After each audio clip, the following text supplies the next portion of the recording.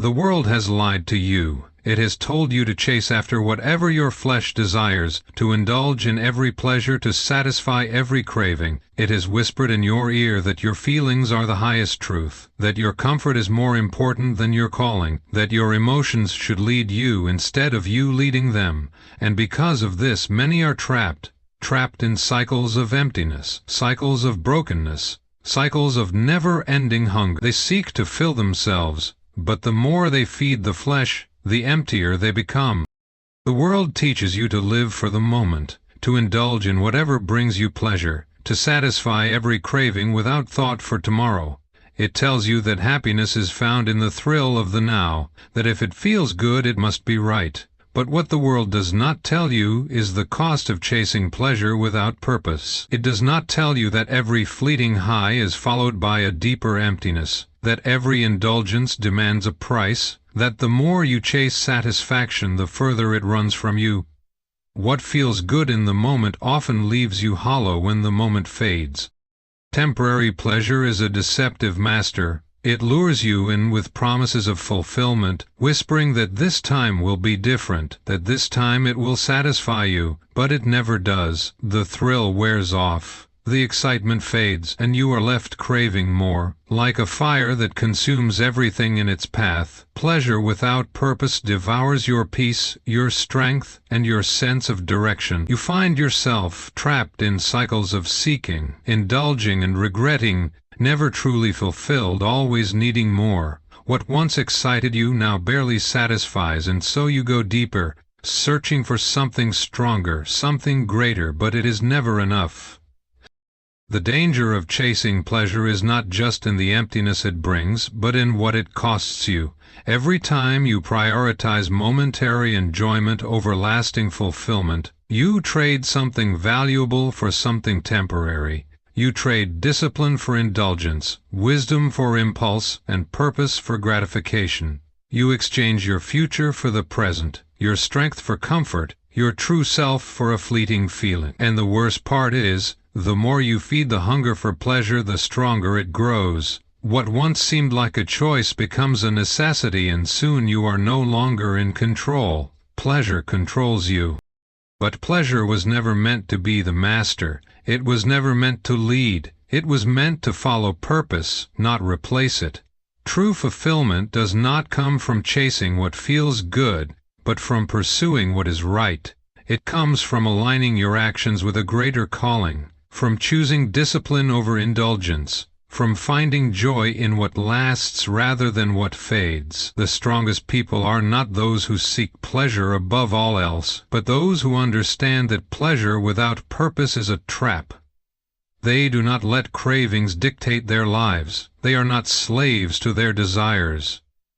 They have learned the power of self-control, of delayed gratification, of saying no to what is easy, so they can say yes to what is greater.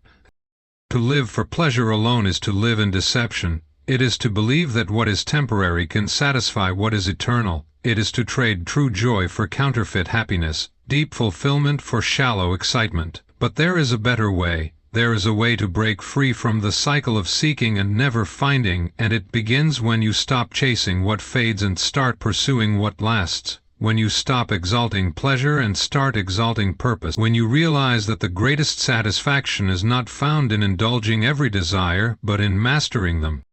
The need for validation is a silent thief. It creeps into your mind, convincing you that your worth is measured by the approval of others. It tells you that unless people praise you, recognize you, or affirm you, you are not enough.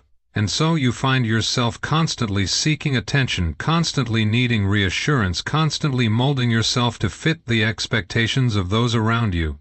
But the more you chase validation, the more it controls you. It dictates your choices, it determines your mood, and it traps you in a cycle where your sense of self is at the mercy of other people's opinions. There is no freedom in living for approval. When your confidence depends on the applause of others, you become a prisoner to their acceptance. If they praise you, you feel valuable. If they ignore you, you feel invisible.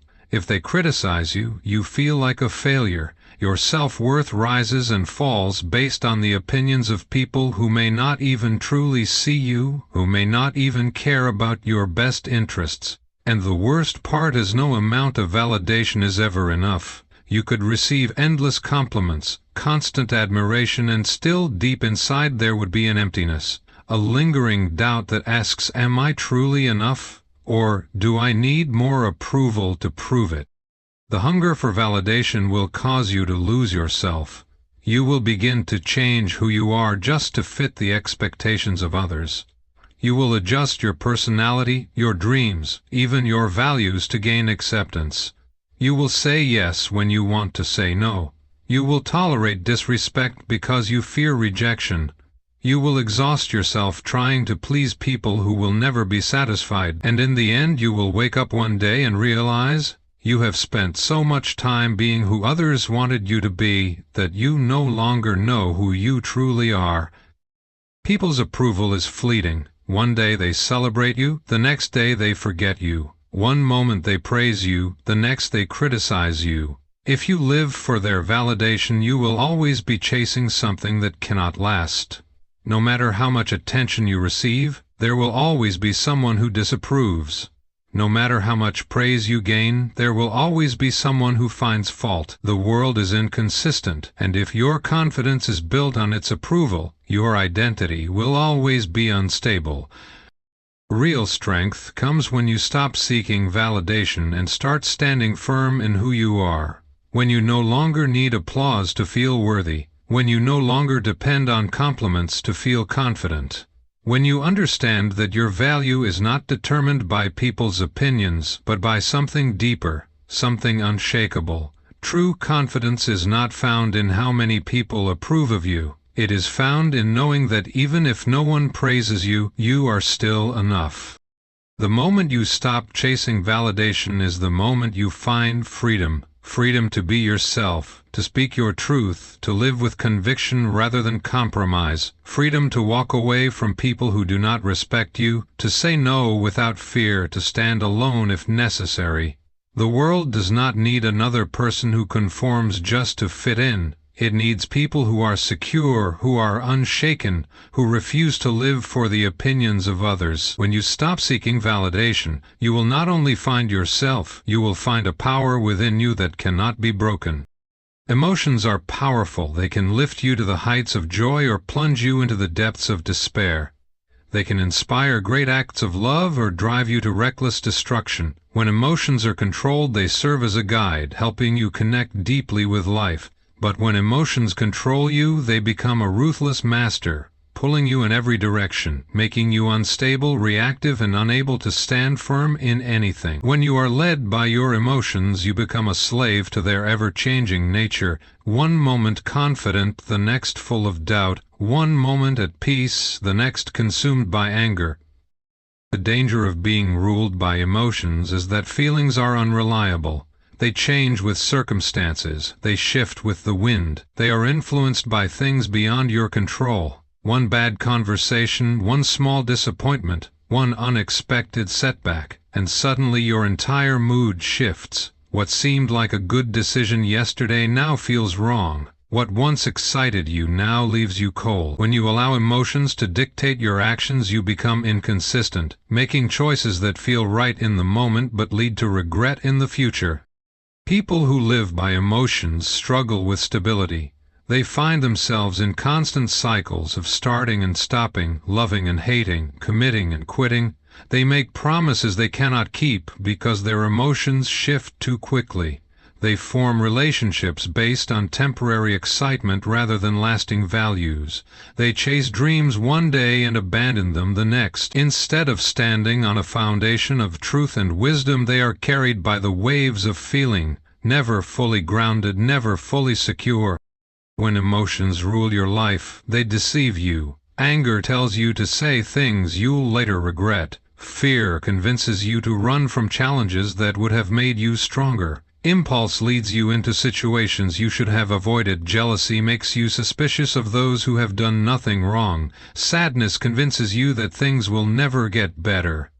Emotions do not care about truth. They only respond to the moment, and if you do not learn to rule over them, they will lead you into destruction, ruined relationships, missed opportunities, and decisions you wish you could take back. True strength is not found in following every emotional impulse but in mastering your emotions. It is not about suppressing what you feel but about knowing when to trust your emotions and when to question them. Feelings can be real, but that does not mean they are right. Not every thought that comes into your mind should be followed. Not every urge should be acted upon. Those who walk in wisdom understand that just because something feels right does not mean it is right. They pause, they reflect, they measure their emotions against truth before making a move. Mastering emotions does not mean you stop feeling, it means you learn to respond rather than react. It means you recognize that emotions are temporary but consequences are lasting. It means choosing patience when anger rises, discipline when laziness tempts, and clarity when confusion tries to take over. Those who conquer their emotions are not cold or unfeeling, they are simply unshaken. They do not let a bad mood ruin their day. They do not let temporary discouragement make them quit. They do not let the highs and lows of life dictate their destiny. A person led by emotions is easy to manipulate. They can be provoked into fights, drawn into distractions, convinced to abandon what they once believed in.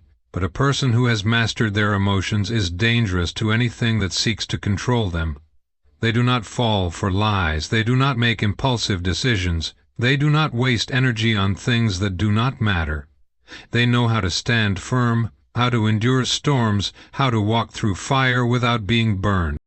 The strongest people are not those who never feel emotions, but those who refuse to be ruled by them. They understand that emotions are like the wind, powerful but unpredictable, and so they build their lives on something stronger than feeling. They walk in discipline, in wisdom, in unshakable conviction. They do not let their emotions dictate their destiny. They take control, they lead, and they rise above. Comfort is deceptive. It whispers that you are fine where you are, that there is no need to push, no need to struggle, no need to change. It convinces you that pain is bad, that challenge is unnecessary, that discipline is too demanding. It makes you believe that an easy life is a good life. But what it does not tell you is that comfort is the enemy of growth, that every great thing requires discomfort, that transformation comes through challenge, that ease produces weakness while struggle produces strength. The moment you choose comfort over growth, you begin to decline. Growth demands discomfort. It forces you to face things you would rather avoid. It calls you to wake up earlier, to push harder, to endure things that are unpleasant but necessary. It requires sacrifice, discipline, and perseverance. It is not an easy road, but it is the only road that leads to true progress. Those who reject discomfort never grow. They stay the same year after year, trapped in cycles of mediocrity because they refuse to go through the process that leads to greatness. The danger of prioritizing comfort is that it feels good in the moment, but leads to regret in the future. You tell yourself, "I'll start tomorrow," but tomorrow never comes. You avoid the hard conversation and your relationships suffer. You put off the challenge and your potential goes unrealized. Comfort gives you temporary relief but steals long-term reward. It makes you feel safe but leaves you stuck, and the longer you stay in comfort, the harder it becomes to break free. Discomfort is not the enemy, it is the pathway to transformation. Every person who has ever achieved greatness has walked through seasons of struggle. They have endured failure, rejection, discipline, and hardship. They have pushed past fear, ignored their excuses, and done what was difficult because they understood that growth only happens in discomfort. If you avoid the struggle, you avoid the strength that comes with it. Comfort makes you lazy. It tells you that discipline is too much work, that waking up early is unnecessary, that pushing yourself is for other people. It keeps you in bed when you should be moving. It keeps you making excuses when you should be taking action. It convinces you that you are fine as you are, even when deep down you know you are capable of more. It blinds you to your potential, keeping you in a cycle of complacency while time passes you by. Comfort weakens your mind. It makes you fragile, unable to handle adversity, easily shaken by obstacles. When you always take the easy route, you never develop the mental toughness required to withstand real challenges.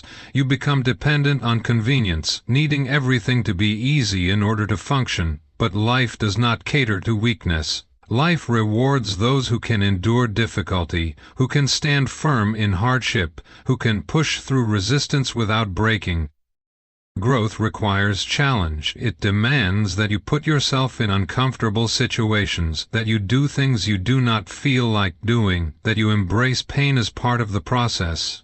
It forces you to confront your fears, to step into the unknown, to become someone stronger than you were before. If you want to grow, you must be willing to be uncomfortable. You must be willing to suffer temporary hardship for permanent transformation. Discipline is the enemy of comfort, and that is why so few people embrace it. Discipline requires effort, and effort is hard. It forces you to control your desires rather than be ruled by them. It demands that you push through when you feel like quitting. It teaches you that the greatest rewards come not from doing what is easy, but from doing what is necessary. Those who reject discipline in favor of comfort never reach their full potential. Excuses are the fuel of comfort. They keep you stuck, convincing you that you have good reasons for staying where you are. I don't have time. I'm too tired. I'll start next week. Excuses sound logical, but they are just lies that keep you from doing the work. The truth is, if something is important, you will make time for it. If growth truly matters to you, you will find a way. But as long as you prioritize comfort, you will continue to justify your stagnation. Comfort does not care about your future. It only cares about keeping you where you are. It does not push you to improve, to break bad habits, to step into new opportunities. It convinces you that change is too hard, that discipline is unnecessary, that struggle is unfair. But growth does not happen by accident. It happens when you reject the easy path and embrace the one that challenges you. The strongest people are not those who live the easiest lives, but those who have faced discomfort and grown through it. They have endured seasons of struggle, and instead of running from them, they have allowed those seasons to shape them. They do not seek comfort, they seek progress. They do not avoid hardship, they welcome it because they understand that true strength is forged in difficulty. If you want to grow, you must stop prioritizing comfort. You must make the hard choices, embrace the struggle, and push yourself beyond what feels good in the moment. You must be willing to be uncomfortable, to discipline yourself, to reject excuses, and take responsibility for your growth. Comfort will keep you where you are, but discomfort, chosen and embraced, will take you to where you were meant to be.